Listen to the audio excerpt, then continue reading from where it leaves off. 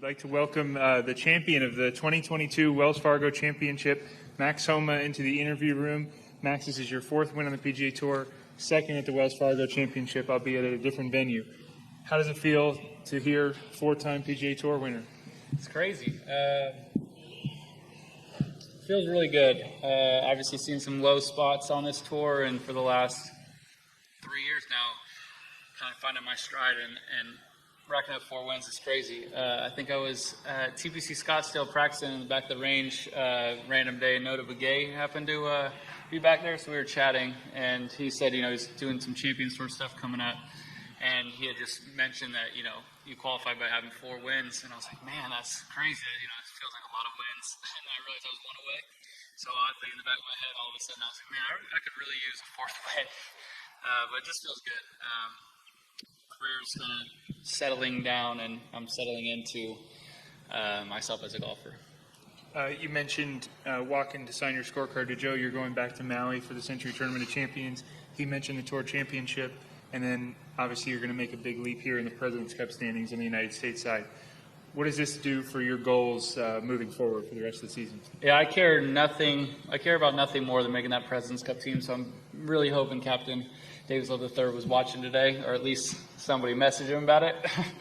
But that's all I've really cared about. I'm not a big goal setter, but Tour Championship and President's Cup, that's about all my focus has been ever since I missed that Ryder Cup last year and the Tour Championship. So this goes a long way.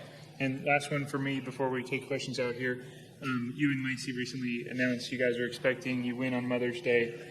How does that feel? Yeah, sometimes my life feels too good to be true, and this is one of those cases. But it was cool, we joke about it, but the perspective of knowing whether I won or didn't win, I'm going to have a little boy coming with my beautiful wife. So it's cool we won, but end of the day, that's going to be the biggest trophy. All right, we'll take some questions out here. We will start with Gene. Sorry, microphone, please. Thank you. Hey, Max, Gene Wong with the Washington Post. Can you take us through the thought process of staying at 18 and that drive, and did it feel as good coming off the clubs as it ended up? Yeah, it's one of those things. I've been driving the ball so well this season. Tee shot favors my ball flight, a little cut, wind off the right.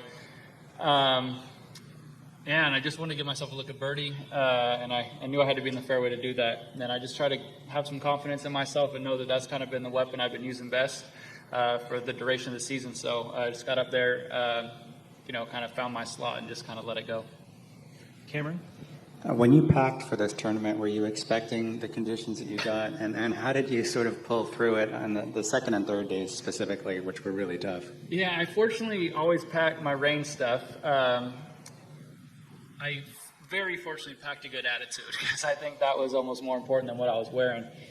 Today, fortunately, my wife texted my agent, Matt, that I'm a terrible packer, and he sent me a little care package of, a beanie and some gloves and some hand warmers, which I didn't end up using too much, but it was nice to know I had that in my back pocket. But, yeah, when I looked at the forecast, it looked rainy. It didn't look like this. But those 2 days in a row, Friday, Saturday, we don't get 2 days in a row like that often, especially without getting pulled off the golf course. And then today, I will say today was a little warmer than I thought it was going to be. So I don't know if it was the adrenaline or what, but it felt all right. On the right and then in the middle. Max, you've been so open about the battle with belief, self-belief, all that over the years. Where are you now after winning again? Is that going to be a continuing journey, or do you think you're finally settling to, I believe I should be out here? It's a continuing journey. I know I should be out here, but every level you get to in this game, there's always something coming next. So like for John Rahm and Scotty Scheffler, the last couple world number ones, it's like you get there and now you have the entire world chasing you down. So it's like, you still have, I'm sure, some minor insecurities about that or thoughts of it. So yeah, as I started to establish myself on this tour when I won this event in 2019, I definitely knew I was capable of being a regular PGA Tour player. But then all of a sudden, last year I get in the top 50 in the world, and then as you start looking around, it's a new crop of people, and then you start thinking to yourself, am I as good as these guys? And then, I want to be top 10 in the world, play President's Cup, play Ryder Cups. Am I good enough to do that? So I've always struggled with it, but I have great people around me who bash me over the head, telling me that I am that guy. And I try to walk around this week believing that and faking it a little bit till I made it. And I will say, I was with my coach Mark Blackburn last weekend in Alabama, and that was a big focus we had, and I will say that the faking it worked because I showed up today and I felt very tall. Take one in the middle. Max, bogey on 13, or maybe left one out there on 14. Just the conversation with you and Joe feeling that golf tournament was yours on 15. How important was 15 towards this result today? Yeah, ebbs and flows of these golf tournaments. I've watched enough golf, fortunately, to know like it's just not going to be linear. It's not going to be easy. Obviously, make a terrible swing off the tee off 13, make a very good bogey, and then hit 3 good shots on 14, don't make birdie. And I just think that I knew that I wasn't going to let that be a big burden. It's going to happen. Keegan hit an amazing drive on the green, made birdie. I mean, I hit good shots and made a par. So it's a little different. I felt good about it. I made one bad swing in 2 holes, and I lost 2 strokes I gave him 2 strokes back, but I felt good. And then, on that 15th tee, Joe gave me just a little pep talk, and I went out there and just kind of got back to it. On the right. Max, you and Joe were out on the practice putting green on Wednesday using a level. That's either a sign of someone who's onto something or someone who's maybe a little off. How important was putting this week, and was it the difference between winning and just the top 10? I think we're onto something. I putted awesome. Every putt I hit, it felt like it looked like it had a chance. And it allowed me to free myself up to just read it and putt. I didn't think about a whole lot. There was not a single stroke thought all week. And, I mean, you have to putt it decent to win. When you putt it like I did this week, it's you almost have to mess up to at least not contend. So that was a humongous part of the week for sure. Got another one up here from Cameron. What's next coming up for you? There's obviously a lot of big tournaments coming up. What's your schedule look like? I've got the PGA Championship, Colonial, and then Memorial. So I got a week at home, and then I'll go play a major. And do you think it speaks to your versatility that you've won this tournament on 2 pretty different golf courses? Yeah, it does. I mean, they're a little similar in the sense that it's a lot of mid-long irons, but I would say this golf course off the tee favors me more than Quail Hollow did, but it's nice to see that I can do both. I don't know. I'm very proud of the 4 courses I've won on because they're different, and I like that about just, I'm going to take 4 anywhere, but I like that there are 4 different ones. Resume is always going to say you've won at least 4 PGA Tour events, but is it important that you got to the Tour and went back and got to the Tour and went back? Is that as an important part of the story? For my story, yeah. I mean, it would be cool if I was Rory McIlroy. Didn't do that, but for me, it's something I carry with me that I think is it's powerful. I feel like other guys don't have that, and that's good for them. I'm glad they don't. But I saw $18,000 in a year out here. I saw it feeling very, very small, having literally no hope as to getting a top 10, let alone making a cut that season.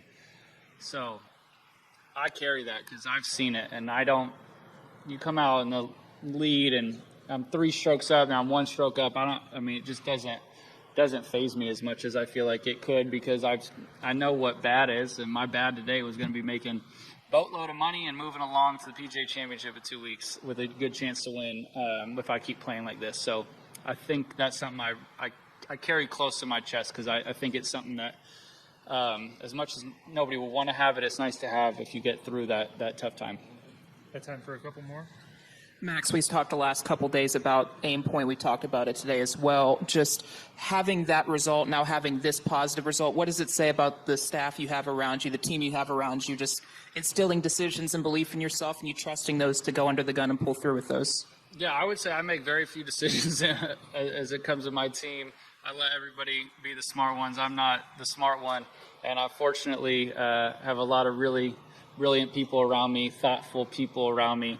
And Mark Blackburn and Phil Kenyon have done a great job teaching me how to do this. I've put in a bunch of work in the short time we've been practicing it, but it's amazing how like the little things here and there can click. And whether I came out and putted great this week or not, it didn't matter as long as it started to look like I was getting better at it. And that's been my kind of bugaboo is my putting just goes in waves, and it could go in another wave, but I do feel like we're in the right direction. I'll take one more on the right here. Max, you had plenty of support this week, and golf fans are getting to know you fairly well. Are you thinking at all about what it would mean to contend in a major and be much more well known? Yeah, I mean, it's crazy what social media and podcasts can do for popularity. But everywhere I've been going lately has been wild. The support I've gotten on the golf course, it is kind of hard to believe. But I very much enjoy it. But yeah, I'm just gonna keep being me, and if people want to cheer for it, that's great. And if not, that's fine too. But I've really enjoyed my time with the fans and hearing the cheers. It really boosts me. All right, Max, congratulations on the victory, and hopefully we see you at Quail Hollow not only next year at the Wells Fargo Championship, but in September. I'll be there. Thank you.